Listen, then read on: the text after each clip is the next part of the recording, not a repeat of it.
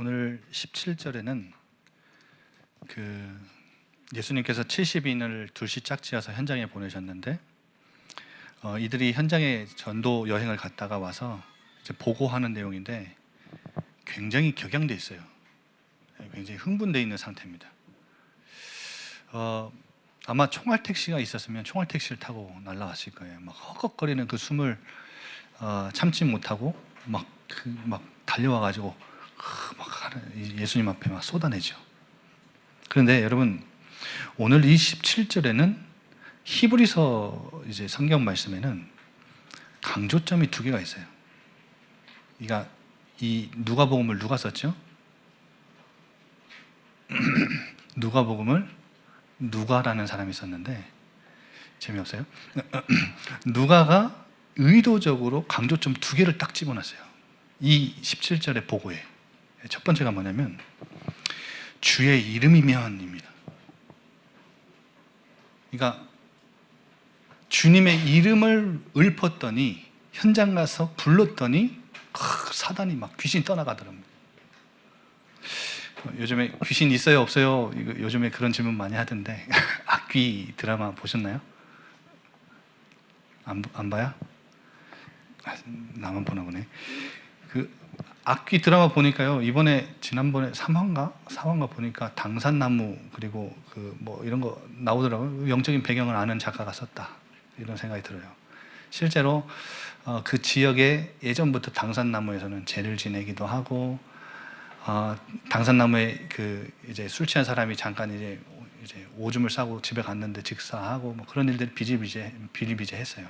실제로 당산나무는 그 지역을 지켜주는 이제 우상 문화가 가득한 곳이지요. 여러분, 어쨌든 그게 중요한 게 아니라 이 제자들이 주님의 이름을 부르니까 귀신이 떠나가더라. 그런데 오늘 이 이야기에는 그 대답에는 예수님에게서 예수님의 이름으로 뭔가의 무게중심이 이동하는 것을 예수님 분명히 감지하신 거예요. 그러니까 여러분, 주님보다 주님의 이름이면 뭔가가 이루어진다고 하는 그 방법, 제가 5월달부터 계속 우리 청년들에게 거의 주구장창 계속 이것만 얘기하는 것 같아요. 제가 가지고 있는 뭔가의 큰 주제, 큰 타이틀 지금 뭔가 있는 거 아시죠? 계속 설명하고 있잖아요. 그 큰 맥락에 하나님이 주신 그 뭔가의 큰 맥락의 메시지가 뭐냐면 오늘 제자들의 보고에도 딱 나오는 거예요. 여러분, 이 시대의 정신을 따라서 신앙생활을 하는 크리스찬이 되면 어떤 신앙생활을 하게 되냐면 하나님을 섬김의 대상이나 그를 의지의 대상이나 그를 경외의 대상으로 섬기는 게 아니라 어느덧 그를 이용해 먹고 사용해 먹으려고 하는 신앙으로 바뀔 수 있다는 거예요. 그게 시대 정신이에요. 왜냐? 이 시대는 나 중심의 시대니까요. 내가 하나님이에요. 그래서 여러분, 이 제자들도 어느새 주님의 이름을 어떤 수단과 도구로 뭔가를 이룰 수 있는 성공 방정식으로 여기기 시작한, 그 무게중심이 살짝 이동하기 시작한 거예요. 뭔가를 맛을 봤거든요. 여러분, 엘리의 두 아들 홈리와 비느하스가 블레셋과의 전쟁에서 이제 지금 그 열세에 몰리니까 뭘 가지고 가죠? 언약궤를 가지고 나가죠. 오늘 오전 예배 때 여러분 언약궤에 대해서 봤잖아요. 그 날개 이렇게 했는 게 그게 그룹이거든요. 두 천사. 그 그룹들 그 사이에 하나님은 항상 이스라엘 민족 가운데 좌정하시고 임재하셨어요. 그래서 오늘 본문에 그 오전 말씀 본문에도 나오지만 만군의 여호와가 그 그룹들 사이에 좌정하신다. 그래서 그게 언약궤예요. 이 언약궤는 이스라엘 민족이 이동하는 그 이동 천막의 성소 안에서도 가장 중심의 가장 가운데 지성소라는 곳에 있는데요. 이 지성소는 1년에 한 번 대제사장만 겨우 들어가요. 여러분, 그만큼 무서운 곳인데 이 하나님이 임재하시는 곳이에요. 근데 이 블레셋과의 전쟁에서 언약궤를 가지고 나가니까 이스라엘 민족이 막 환호성을 치잖아요. 야, 이제 우린 이겼다 막. 실제로 언약궤가 가는 곳마다 그런 역사들이 일어나긴 했거든요. 그러니까 이 이야기를 듣고 블레셋이 야, 이제 우린 큰일 났다. 그런데 나중에 어떻게 하죠? 블레셋이 이스라엘을 이겨요. 언약궤를 뺏어가요. 여러분, 그럼 하나님이 언약궤에 임재하지 않으신 거냐? 하나님이 안 계신 거냐? 아니죠. 블레셋에 빼앗긴 언약궤가 이 블레셋 사람들이 막 의기양양해갖고 막 자기 다곤 신전 거기 안에다 처박아 두니까 다곤 신상이 목 부러지고 막 난리 났잖아요. 느보 신상 막 날아가고 목 날아가고 난리 났잖아요. 그리고 두려워가지고 수레에 태워가지고 보내죠. 여러분, 무슨 말이에요? 이스라엘 민족이 하나님보다 언약궤, 이 궤짝을 더 의지할 때 그곳에 임재하셨던 하나님은 이들을 떠나셨다는 거예요.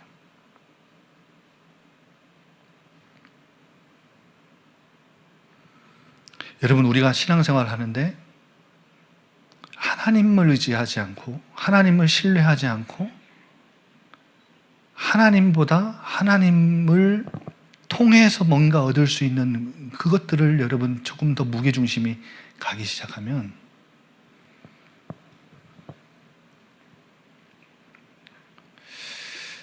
여러분, 그건 진짜 신앙생활에서 가장 우리가 주의하고 조심해야 될 부분입니다. 그런 신앙에 빠지면 나중에 어떻게 되냐면 하나님 살아계신 거 맞냐고, 내가 원하는 거 왜 안 들어주시냐고. 여러분, 분명히 그런 사람들은 나중에 하나님, 예수님 필요 없을 거예요. 내가 주인 되어서 내가 원하는 것을 얻어내기 위해 신앙생활을 하기 때문에 내가 원하는 때에 내가 원하는 것을 내 앞에 딱 정확한 타이밍에 갖다 놓지 않으면 비로소 그것만을 응답이라고 여기며 살아가니까 그것이 주어지기 전까지는 하나님께 감사하고 찬양하고 예배하지 않을 거예요. 근데 뭔가 내가 원하는 걸 딱 내 눈앞에 갖다 줄 때, 내가 원하는 그 순간에 딱 갖다 줄 때 그것이 진짜 내게 응답이라면 하나님 찬양하죠. 감사하죠. 헌신하죠. 헌금하죠. 다 해요. 왜요? 그걸 하는 이유가 또 있어요. 그래야 또 주시니까. 여러분, 오늘 제자들의 보고의 강조점 첫 번째, 주님의 이름이면 중요합니다. 그리고 두 번째 강조점이 뭐냐면 귀신들도 우리에게 항복하더이다. 예수님, 당신 앞에서 벌벌 떨며 떠나가던 이 귀신들이 우리에게도 떠나가던데요. 그런데 18절에 예수님의 대답을 보면 뭐라고 나와 있죠? 사탄이 하늘로부터 떨어지는 것을 봤다. 여러분, 이 말은 무슨 말이냐면 제자들이 행한 일을 본 것이 아니라 예수님은 하나님이 하시는 일, 행하시는 일을 봤다는 거예요. 여러분, 하나님께서 일하지 않으셨다면 제자들은 결코 절대 이 귀신들을 이기지 못했을 겁니다. 그런데 예수님의 이 대답, 보았다라는 대답은 헬라어로 에세오룬이라는 단어예요. 무슨 말이냐면 이게 이 헬라어는 이 시제가 중요하거든요. 근데 에세오룬이란 단어, 이 시제는 무슨 뜻이 있냐면 미완료 과거형이에요. 무슨 말이냐면 과거에 한 번 보고 끝난 것이 아니라 지금도 그 일을 현재도 보고 있다는 거예요. 무슨 말이냐? 제자들이 나가서 70인 제자들이 현장에서 사역을 하고 귀신을 떠나보내는 이 사역들을 할 때 하나님이 하늘에서 이 귀신이 사단이 떨어지는 것을 번개같이 떨어지는 걸 하나님이 행하시는 일을 봤는데 지금 제자들이 예수님께 나와서 보고하고 있는 이 순간에도 하나님이 지금 그 일을 여전히 행하고 계시다는 걸 보고 있다는 거예요. 무슨 말이냐? 여러분, 우리의 사역이 그렇다는 말이에요. 우리가 맡은 이 사역은, 하나님 나라 확장하는 이 사역은, 세계복음화 사역은 하나님께서 이미 시작하신 일에 우리가 참여하는 뿐이에요. 그래서 청년국을 세우는 부장이나 나무직이나 여러 가지 여러분 맡은 모양, 여러 가지 모양으로 달란트, 은사대로 맡겨진 일들이 있잖아요. 여러분, 그 사역들은 모두 다 하나님이 이미 시작하신 일에 은혜로 우리를 참여시켜 주신 것 뿐이에요. 그거예요. 그게 우리가 하고 있는 지금 사역의 정확한 정의예요. 그리고요, 형편없이 서툰 솜씨로 우리가 그 사역을 했지만 하나님이 뒷수습을 잘 해주고 계시는 거예요. 지금도 하나님이 하고 계신다. 현재도 그 하나님이 그 사탄이 번개같이 떨어지는 걸 지금도 보고 있다는 말이라니까, 이 시제는. 그러니까 우리는 일을 다 끝냈어요. 사역, 오늘 사역할 거 다 했다. 오늘 쉬어야지. 그런데 사실 우리가 뭐 깔끔하게 뭐 한 것도 아니에요. 사실 저도 청년국 맡아서 뭐 사역하고 이렇게 했는데 우리 청년들한테 상처만 준 것 같고 막 하여튼 좀 그래요. 좀 찝찝하고 좀 우리 와이프한테 또 얘기 들어보면 또 뭔가 잘못한 것 같고 실수한 것 같고.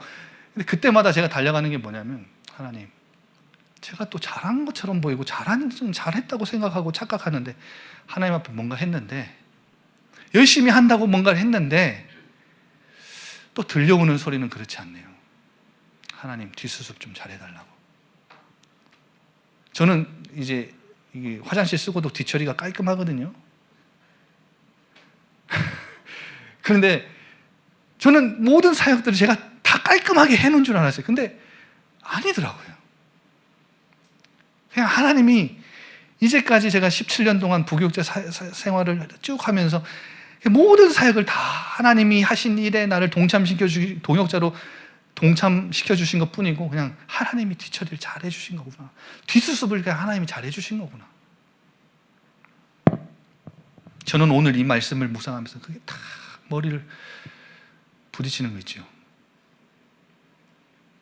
여러분, 우리 여러 가지 은사를 가지고 교회를 섬기고 청년 공동체를 사랑해서 여러분 섬기고 있는 우리 사역자분들, 앞에 서시는 분들 기억하십시오.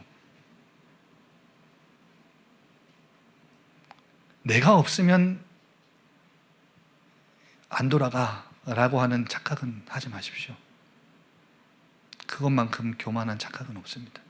저 예전에 그런 교만 많았습니다. 내가 없으면 이 교회 안 돌아가. 착각 중에 착각입니다.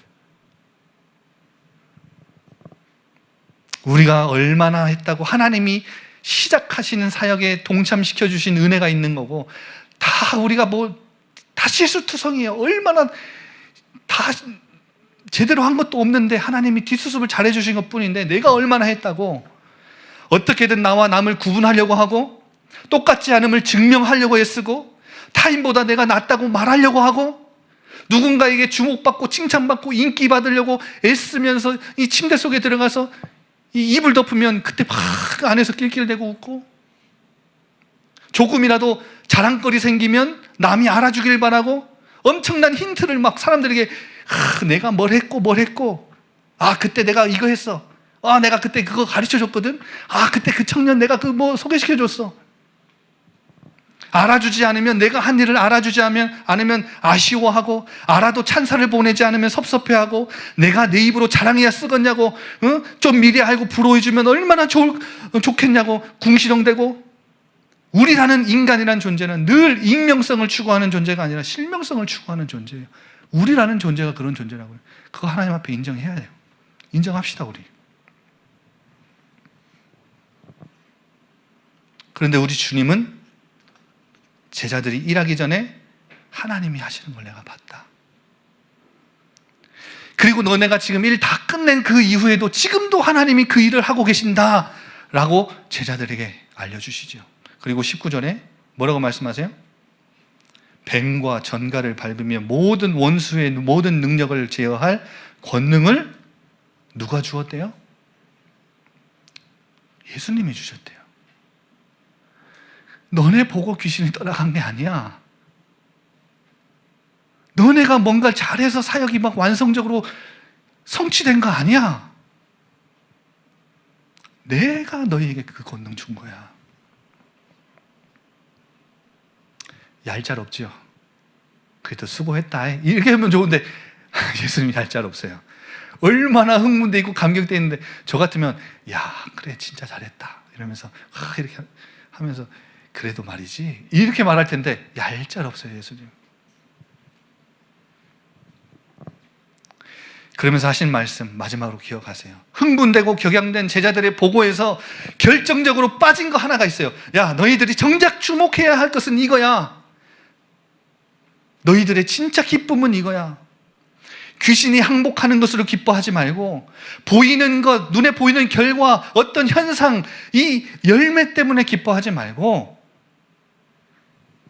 성취, 성공 방정식을 아는 것, 대단한 능력의 소유자가 된 것 때문에 기뻐하지 말고 사업이 번창하는 것, 직장 취업 잘하는 것, 좋은 성적 얻는 것, 원하는 대학에 진학하는 것, 내 암담했던 미래가 찬란한 빛을 뭔가 밝혀주는 것, 그런 뭔가의 사건, 일, 그런 것 때문에 기뻐하지 말고 여러분의 스펙이 올라가는 것, 여러분의 세상이 볼 때 세상적인 존재 앞, 세상 앞에서 여러분의 존재 가치가 상승되는 거, 여러분 그런 걸로 기뻐하지 말고 너희의 이름이 하늘에 기록된 것으로 기뻐해라. 그래서 이 단락의 주제는 기쁨이에요. 기쁨. 우리 청년들이 진짜 기뻐해야 될 것, 누구도 지울 수 없는 우리의 이름이 하늘에 기록된 것, 여러분의 존재가 하나님의 자녀가 됐다는 것, 하나님의 백성이 됐고 누구도 그 소나기에서 뺏어갈 수 없는 하나님의 소유, 하나님의 것이 됐다는 것, 하나님과의 친밀한 관계를 형성할 수 있는 아버지와 자녀의 관계가 됐다는 것, 언제든지 어디서나 무슨 일을 만나도 하나님을 아버지라 부를 수 있는 것, 존재와 존재를 주고받는 관계가 된 것. 여러분, 그 관계에서 나오는 기쁨과 행복은 세상 그 어떤 관계에서도 얻어낼 수 없는 것이라는 거 아세요? 그걸 알아야 진짜 기쁠 거예요. 이걸 알아야 진짜 행복, 이 관계 속에서 진짜 행복을 맛볼 수 있을 거예요. 하나님 나라에 참여한 자가 돼서, 왜 하늘 그 생명책에 우리 이름이 기록되잖아요. 그러니까 우리는 이 땅 살지만 하늘의 사람이에요. 하나님 백성, 하나님 나라를 살아가는 사람이라고요. 그러니까 여러분, 이 땅에 여전히 발붙이고 살지만 이 땅에 속하며 이 땅의 문화에, 이 땅의 이 시대의 정신에 물들어 살아가는 자가 아니라 하나님의 나라를 가지고 와서 사는 자예요. 하나님 나라를 이 땅에서 누리며 사는 자예요. 이 영적인 사실로 기뻐해라. 이것이 진짜 참된 복이다. 오늘 주님이 그렇게 말씀하셔요.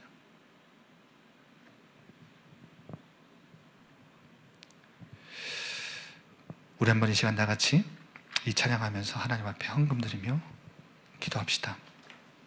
하나님, 이제까지 내가 너무 육신적인 것, 뭔가 눈에 보이는 것, 뭔가 이루는 것, 그리고 뭔가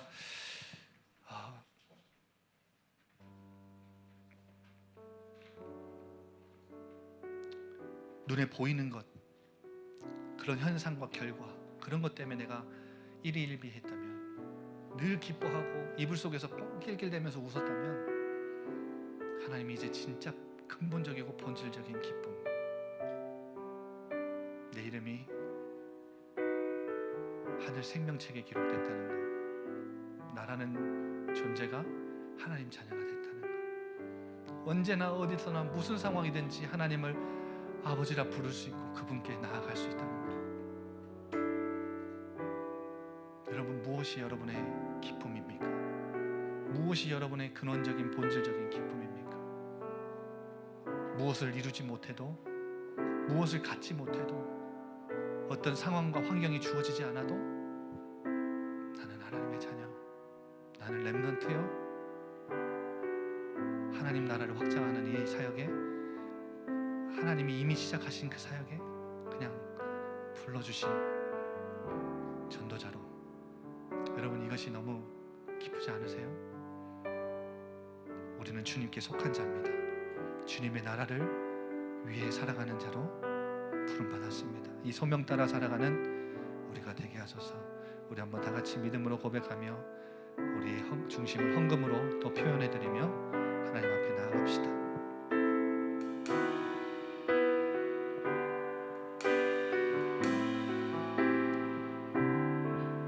땅에 내 삶이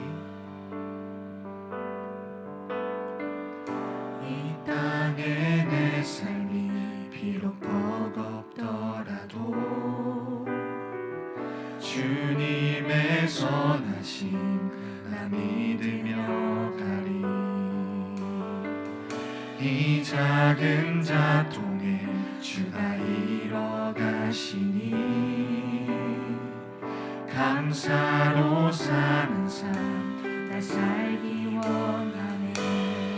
내 삶의 시간 속에 주 일하시네. 내 모든 여정 속에 함께 하시네. 깊고도 크신 주의 영광을 나 보리라.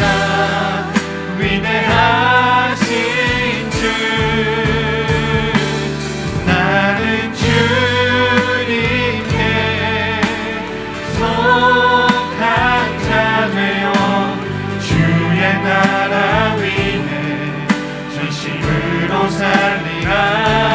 주의 마음에 합한 자 되어 맡기신 소명 이루리. 다시 한 번 더 믿음으로 고백하며 나아갑시다. 이 땅의 삶이 비록 버겁더라도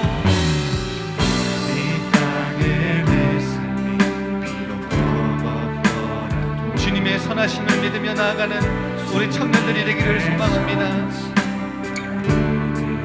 하나님은 반드시 연약하고 미련한 이 작은 우리를 통해서 당신의 뜻을 이루어 가실 것입니다.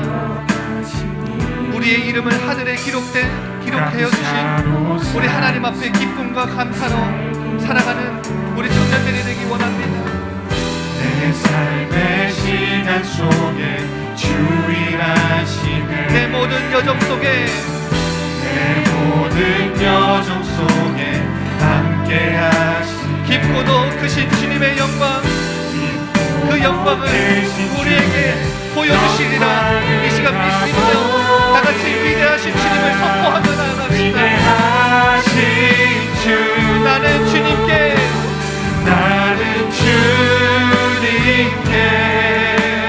속한 자 되어 주의 나라 위에 전심으로 살리라.